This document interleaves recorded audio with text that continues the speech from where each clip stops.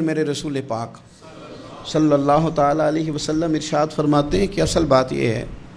کہ اللہ تعالیٰ نہ کسی بندے کا درجہ بلند کرنے کا ارادہ فرماتا ہے،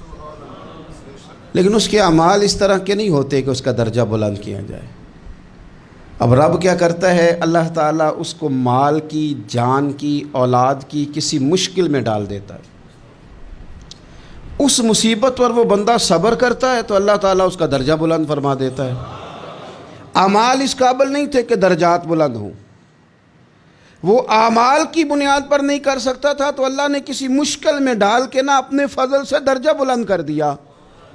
اب جو راہ طریقت کا مسافر تھا، جو سلوک کی منازل طے کر رہا تھا، جو اللہ رسول کے قریب جانے چاہ رہا تھا، اس کے لیے کتنی آسانی ہو گئی کہ مجاہدہ تو زیادہ نہ کر سکا، کثرت سے نفلی صوم و صلات کا بندوبست تو نہ کر سکا، تھوڑا سا صبر کیا، رب نے اپنا اور اپنے محبوب کا قرب عطا فرما دیا۔